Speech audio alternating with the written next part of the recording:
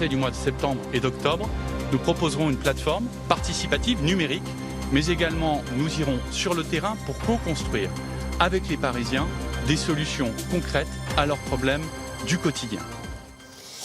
Benjamin Griveaux, donc, candidat du parti présidentiel pour les élections municipales à Paris. Quelle surprise! Et ça s'est pas très bien passé. Il n'y a pas que François de Rugy, vous savez, les problèmes. En fait, le début de l'été, c'est toujours une période un peu mauvaise pour la Macronie. L'année dernière, il y a un an, souvenez-vous, c'était le lancement de l'affaire Benalla. Et ben là, c'est François de Rugy dans la tourmente, plus les municipales à Paris qui commencent très mal. En fait, Benjamin Griveaux, alors, c'était pas du tout un secret. Ça fait 2 ans qu'on sait qu'il a envie d'être candidat à la mairie de Paris. Il a quitté le gouvernement pour ça. On sait qu'Emmanuel Macron, dont il est proche, le soutenait plutôt jusqu'à présent. Et puis, ça s'est pas passé comme prévu. Cédric Villani s'est lancé. Il a eu une petite dynamique autour de lui, il a réussi à rallier des gens. Bref, à la fin, il y avait un peu un match entre les deux.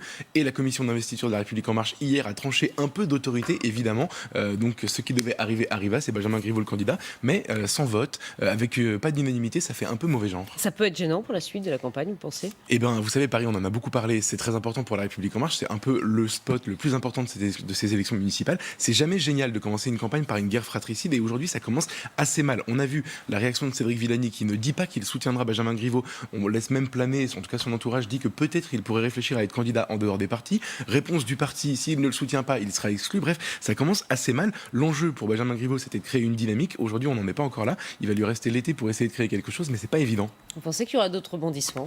Qu'on n'est qu'au début de l'histoire? Disons que si ça continue comme ça à commencer, il pourrait assez vite se poser une question, c'est quelle alternative si Benjamin Griveaux ne réussit pas à rassembler, s'il continue, vous savez qu'il est très contesté, notamment en interne, on lui reproche d'être cassant, arrogant, parfois même ce procès est un peu injuste, parce que c'est pas quelqu'un de si épouvantable que ça, mais bon bref, à la fin il a quand même beaucoup de mal en ce moment à lancer cette campagne. Il y a toujours cette ombre qui plane derrière lui, c'est celle d'Édouard Philippe. On a beaucoup parlé de cette éventuelle candidature. Alors il se trouve que l'intéressé dément, il est très bien à Matignon, il n'a pas vraiment envie de se lancer dans cette campagne. Objectivement, le hasard du calendrier a fait qu'hier après-midi j'étais à Matignon au moment où les candidats passaient leur grand oral devant la commission d'investiture, et je peux vous assurer qu'à Matignon ça n'était pas un sujet, la mairie de Paris, personne n'était rivé sur son téléphone à essayer de savoir ce qui allait se passer, mais le fait de savoir qu'il y a un candidat de substitution potentiellement si la campagne de Benjamin Griveaux ne démarre pas peut être, comment dire, très handicapant pour lui. Maintenant il lui reste donc 2 mois pour essayer de constituer des listes et de fédérer un peu autour de son projet, et le plus dur va commencer, ce sera la campagne qui va commencer en septembre.